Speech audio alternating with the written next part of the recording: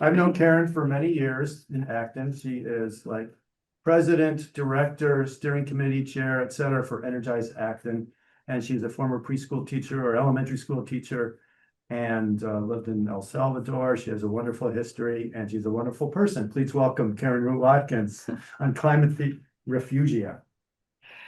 Today's session is inspired by a book by a Christian author.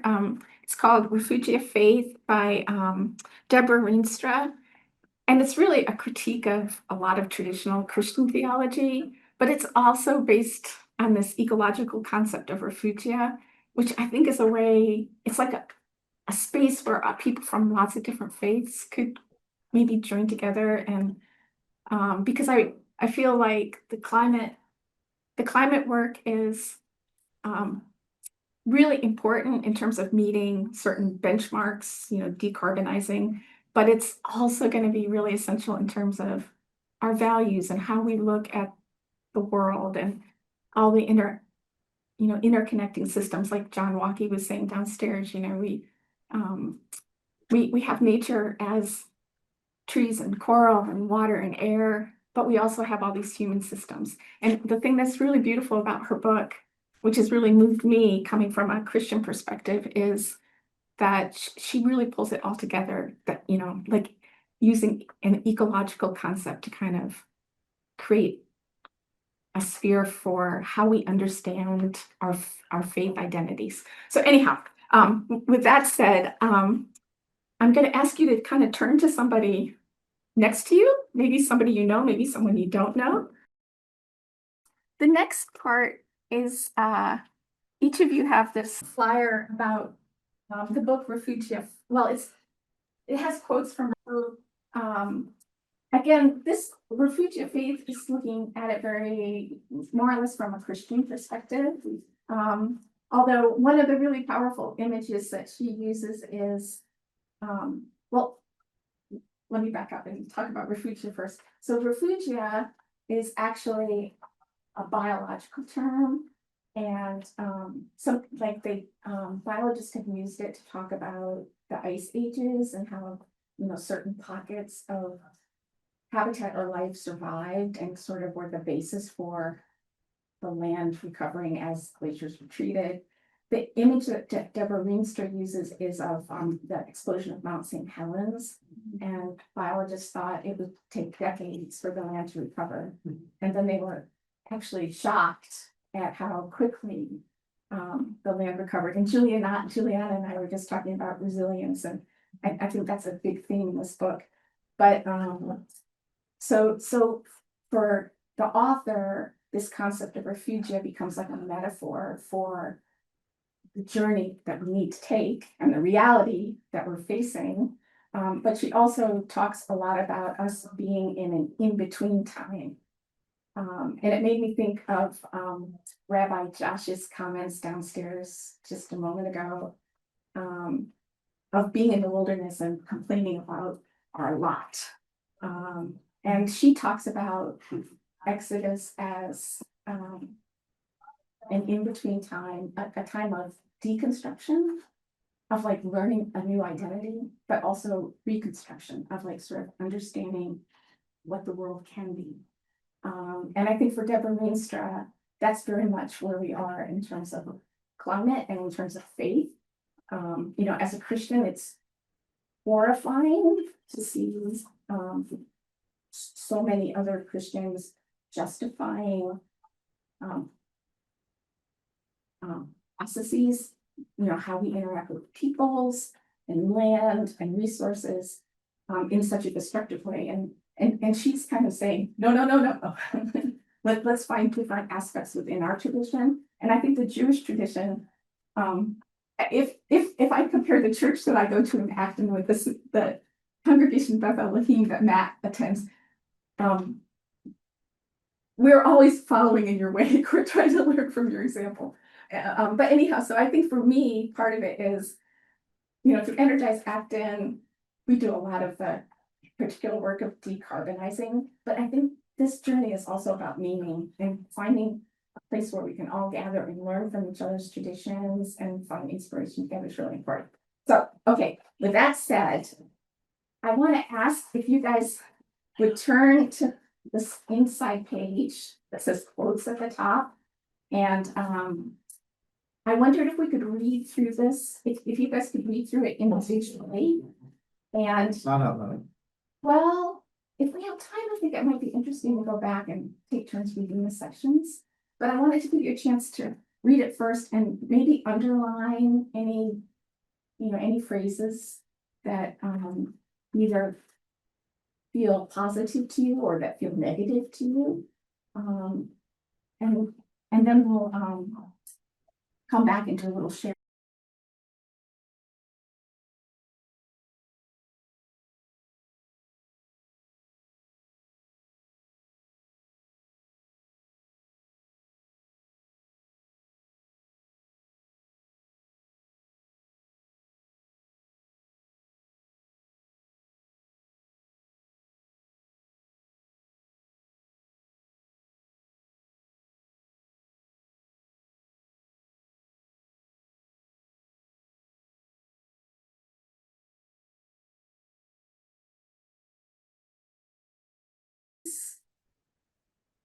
If this little introduction touches you guys in any way, or if you think, like, in the first paragraph, the earth teaches us that extreme disturbance can be survived. There's a part of me that wonders, can it?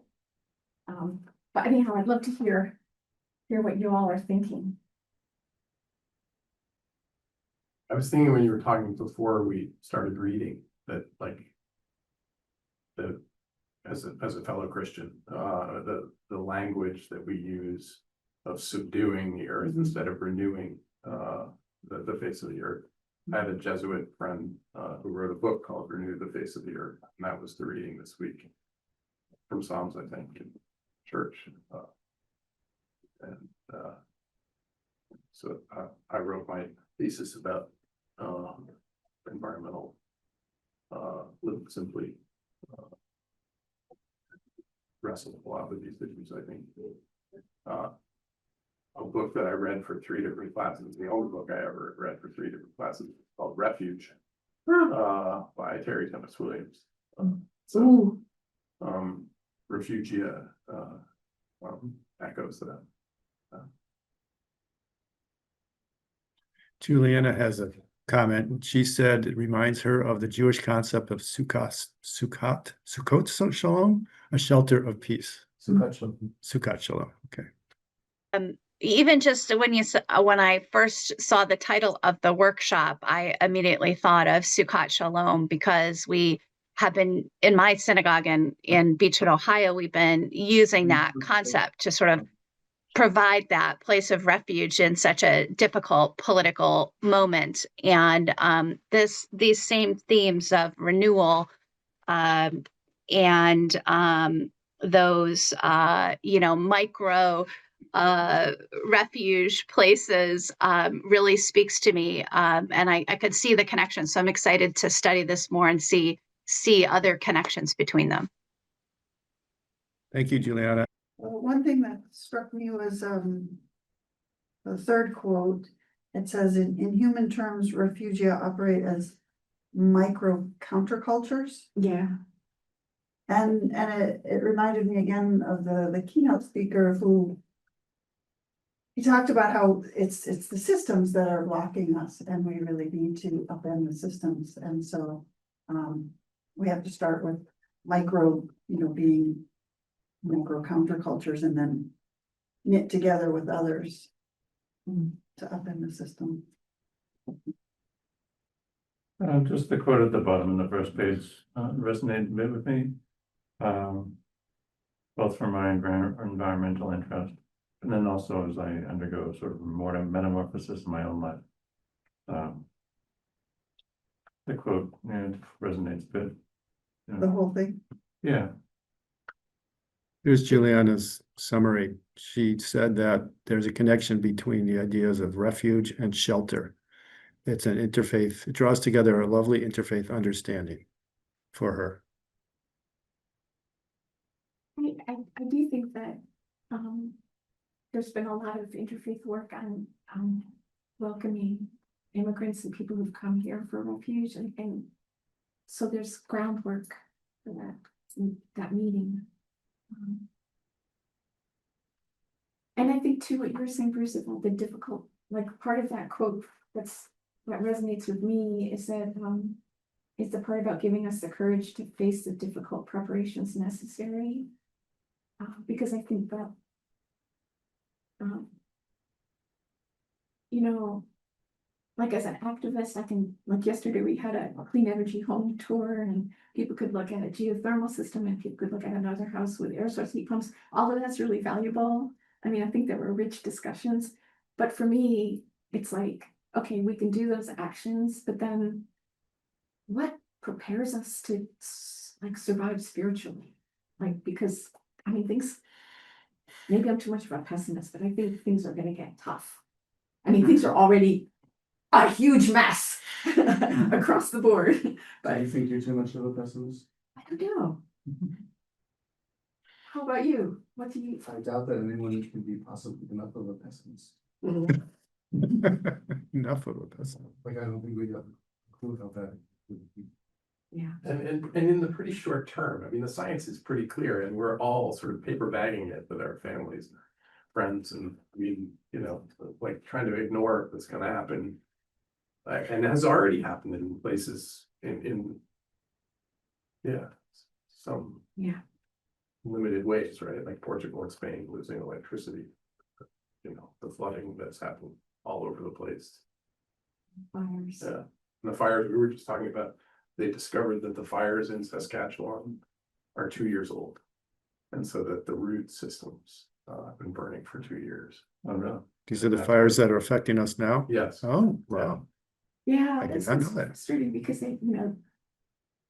what I see on the news here is how it impacts our air quality. But I'm thinking, wait a second, these are massive fires. Yeah. And it's been happening. I mean, I thought they were separate fires, but what's happening there? Shouldn't we be educating people about why? And So I used to lead canoe trips in northern Canada, and we would Wow. paddle for days through areas that had been burned. Sometimes a couple of days, like of just going through black forest, and things were still burning sometimes. And you know, the perspective is nobody lives up there, but it's not true. yeah, Yeah. I mean, there's a quote here somewhere where she talks about the biomes. But I mean, we're connected to that place. Yeah. You know, that's what's happening there it's not just about air quality, it's about carbon storage, it's about methane, it's, anyway, And it could happen here. it could There's no absolutely. reason why not. Absolutely.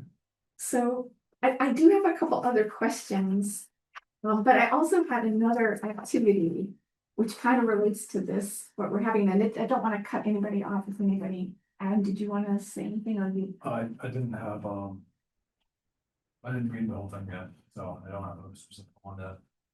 Awesome. But I have this activity where we pretend to, we think about what we would pack in a go bag. Like you said, fires could happen here. I mean, in California and in the West, I think people now, pretty much every household has a go bag. Like what you're gonna take with you if you have to run out. And if you want, we could do that activity and then come back to the questions about like how this kind of discussion of refugia might have a place in climate action. Do you want to do another partner activity or?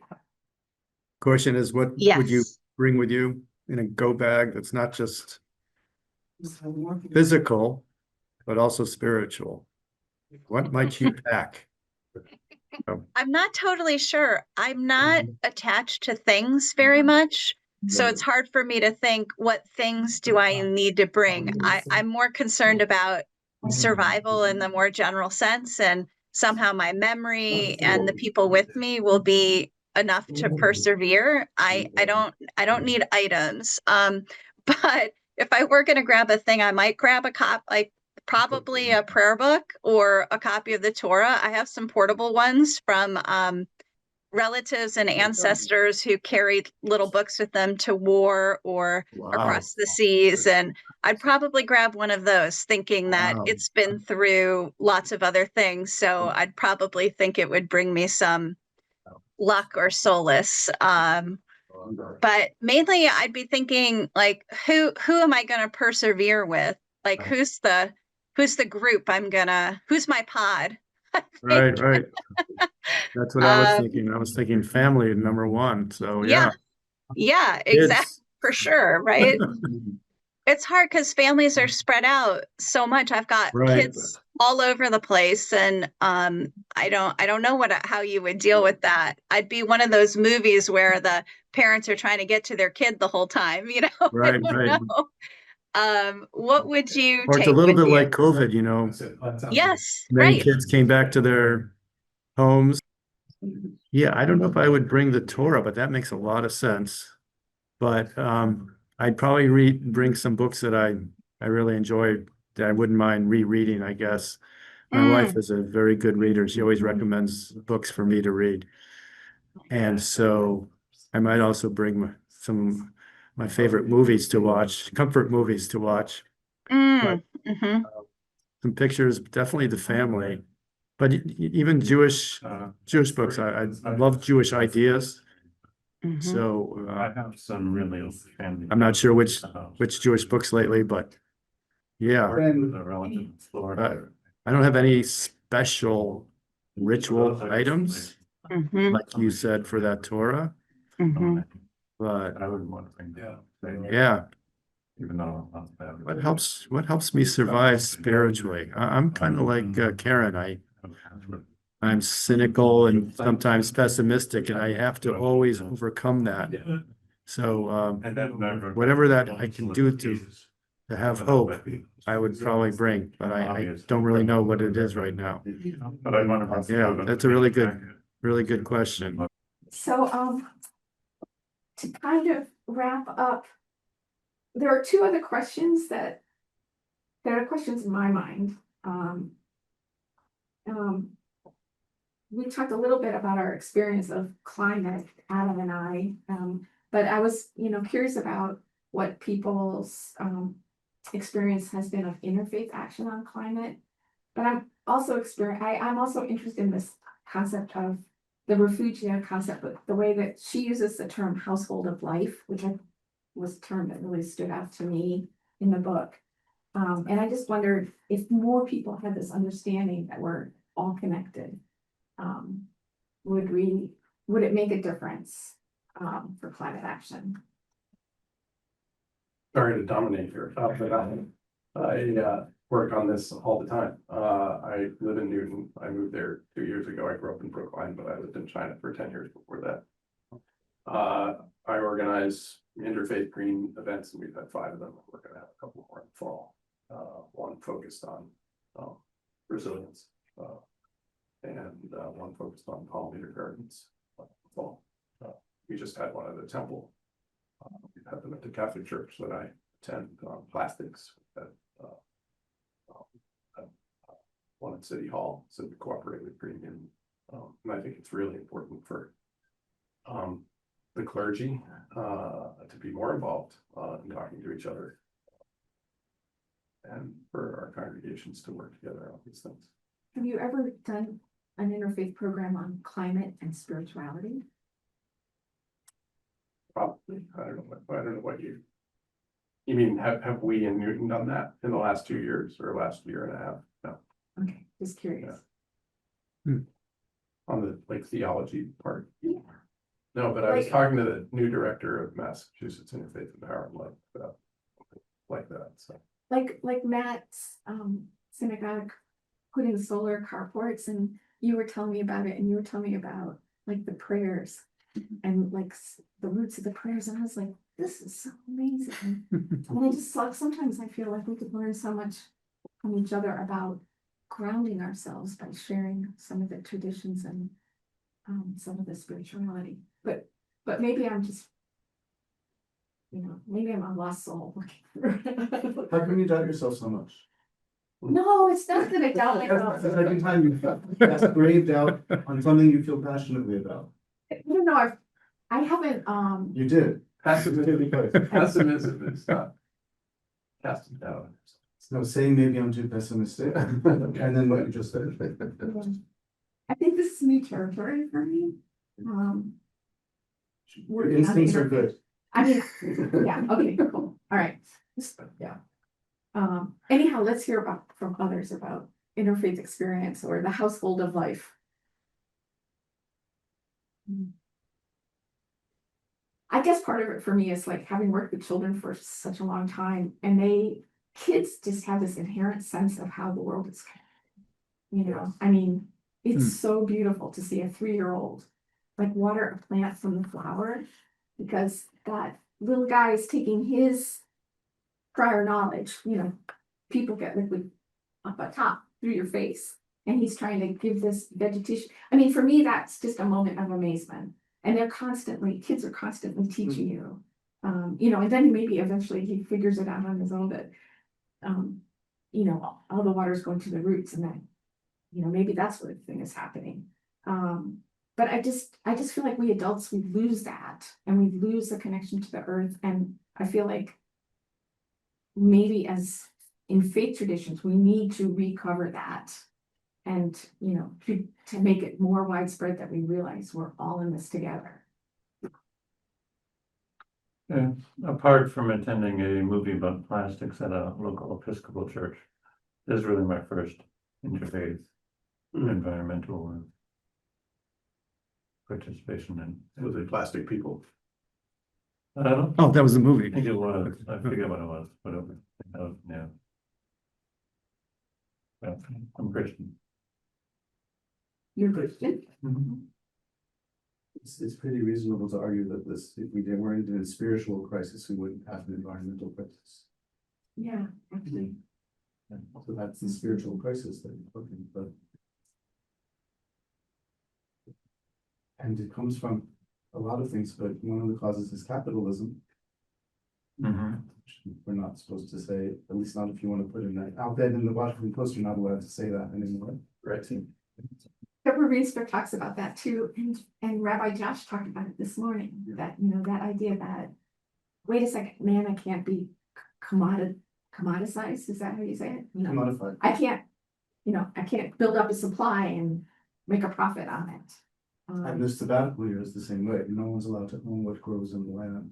Everyone, in fact, the law, as the rabbis understood it, is you have to take down your fences in the sabbatical year so that anybody can go into anyone's property, and wild animals can go to your property and take what they want as well. So See, sharing those kinds of views of life, I mean, I think it, you know, could be really powerful. And I mean, definitely in the Christian community, I feel like we've had that, you know, you're the bosses, you know. The word stewardship gets thrown in there sometimes, but stewardship is also like, you know, how can I best utilize this resource to make a profit? that's not what stewardship means actually, but it is how people move. Yeah. And dominion is a huge problem, and it needs to be theologically eradicated. Actually, as a guiding concept. Dominion needs to be. It describes our nature, but it doesn't describe our. Yeah. When I hear mana, I think about a book by Vine Deloria called God is Red. I don't know if anyone's read that. Oh, yeah. Yeah. How is red? Yeah. He's a Native Native American American activist, and he talks about the sort of he deconstructs the Bible in a lot of ways with science, and talks about how there was this, I think, Harvard guy named Velikovsky who like talked about how all these phenomena in the Bible, like the Great Flood, that repeat themselves in many different faith traditions, are actually natural phenomena that happened. The mana was probably stuff that was falling out of space. Emmanuel So- Velikovsky. Mhm. I read this book. I We're peas and pod. I think so, yeah. it's like, there was this energy when you both walked into the room one after the other. I'm really sorry that I have to wrap this up because there's another session starting. Yeah. Got a few minutes. Mhm. However, Just, wow. I would love to like meet you all for coffee and continue the discussion, which. You If can you- use the Sked app on your phone to make connections with people. So I don't know if you guys all downloaded that app and using it for, Oh, and after this conference, yes, everybody? Yeah. Yeah. yeah, Oh, I didn't even know that. okay.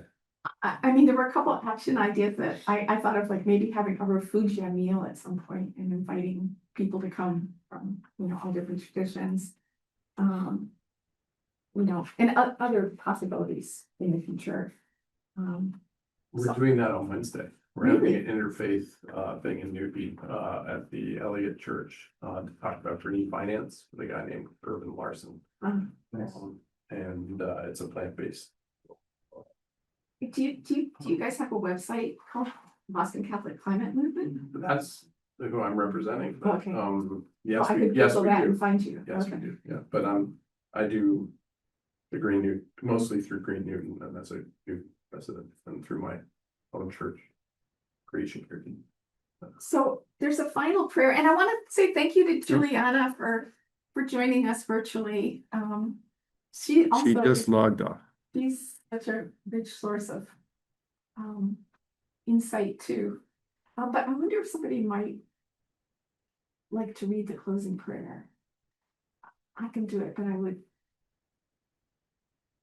it'd be great to have a different voice. You don't have to. Oh, you will? Oh, okay, thanks. Emily, it's your turn. Conrad asked what it, you want to do the first half? Okay. God of wisdom, you hold all things in the universe together with strength and sweetness. Forgive our drive toward domination. By your mercy, draw us into the wilderness and provide for us there. Strengthen our trust in you even amid disorder and loss. Comfort us with companionship. Sustain us with what we need. Prepare us for your purposes so that we can perceive what you are breaking down and rejoice in what you are building up. Where's it from? Where is it from? Yeah. So there's a study guide that goes with this book. Is it in the book? It's not in the book. Study guide with the book. So the study guide is on a website called BTS Center, but I can give you the copies I have with me. The BTS Center it used to be the Bangor Theological Seminary in Maine, but it's become Bangor Theological Seminary closed. And it became the BTS Center, which is all about faith and climate. Oh. And it's an amazing website with tons of resources. And the author of this book spoke at their 2-day convocation last September, but there's a whole study guide that goes with this. And she has a ritual action, like these two little individual prayer things are part of her ritual actions. Yeah. It's a really rich. I'd like to look into it. Pope Francis has a really nice climate prayer also. Yes. I translated it into Hebrew. Oh my gosh. Yeah. Thank you so much, all of you, for No, thank you, Karen. everything that you're doing. Thank you, Karen. Yeah. For that, I'll do Conrad. Apparently, Please do too. I think there might be a friendship with this.